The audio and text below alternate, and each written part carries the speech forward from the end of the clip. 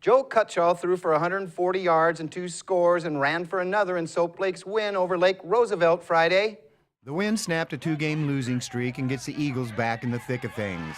Soap Lake struck first on a 65-yard drive, capped off by a Cutshall to Peyton Nielsen's scoring strike to go up 7-0. The Raiders responded with a 20-yard touchdown run by Christian Ruiz to make it 7-6.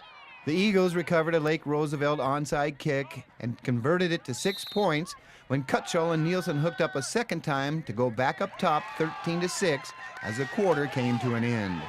Neither team put points on the board in the second quarter. Ruvim Turchek opened second half scoring with a 37-yard TD run to push the Eagles' lead to 26-6. Nathaniel Hall busted off a long Raider TD run late in the game to bring the final tally to 26-12. The Ephrata Tigers moved into the number 9 spot in the Seattle Times 2A state football rankings with a decisive 41-8 win over East Valley. The game at Kiwanis Field was never in doubt as Ephrata held a 28-0 lead at the break. The Tigers' Lloyd Burleson turned in another strong performance, rushing for 175 yards and 3 scores and throwing for another. Coach Jay Mills was not on the sidelines for the first time in 15 seasons.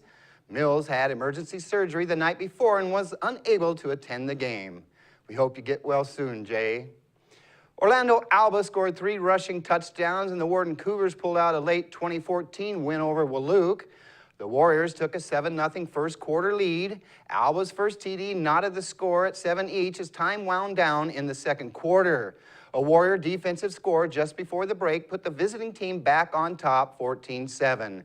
Alba's second score tied the game again 14-all. His third TD early in the fourth quarter gave the Cougars their first lead of the game, and Warden held on for the win. The Elmira Cooley Heartline Warriors beat Curlew 44-34 to pick up their first win of the season. Quarterback Dallas Isaac led the ACH attack with 192 yards on 25 carries and 4 rushing touchdowns. He also returned a punt for a score and connected up with Charlie Hunt for another. The Chiefs dropped a 41-21 non-league game to Coeur d'Alene on the gridiron at Lions Field Friday. Moses Lake was never really in the contest with the Vikings. The Chiefs trailed by a couple of scores at the end of the first quarter and were down 27-7 at intermission. Coach Todd Griffith held most of his starters out in the second half of the contest in an effort to keep players healthy for the team's league opener. Nathan Ball finished with 86 yards on 26 carries and a rushing touchdown. Easton Castro completed 12 of 20 passes for 126 yards and a TD. The Chiefs head to Yakima Friday for a Big 9 battle with the Eisenhower Cadets. Well, Moses Lake girls soccer played Ferris to a 3-3 draw at Lions Field Saturday. Reporter Sean Wells was on hand for the action. Moses Lake hosted Ferris in a non-conference match at Lions Field. Ferris jumped on top early, taking a 1-0 lead. Then the Chiefs came fighting back with 3 unanswered goals.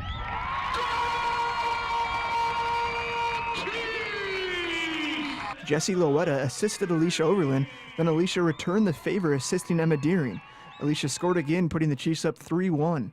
Ferris scored 2 late goals to even the match to a 3-3 final score. Coach Char was happy with his team's physical play. Yeah, I like it though. I mean, that's what Big 9's all about, so that'll prepare us for our continued league play. We should be ready to go. Eastmont's going to be another physical team come Tuesday when we resume our league play. Alicia Overland's speed kept Ferris on their toes the entire match. Coach Char was happy with her 2-goal and 1-assist performance. She just keeps running. She's like the Energizer Bunny, man. She just doesn't stop. She's just so fast and explosive. I think it catches teams off guard too, you know, how fast she is, because she's 10 yards away and all of a sudden, you know, she's at the ball and she's taking a shot on the keeper and a defender. For iFIBER 1 News, Sean Wells.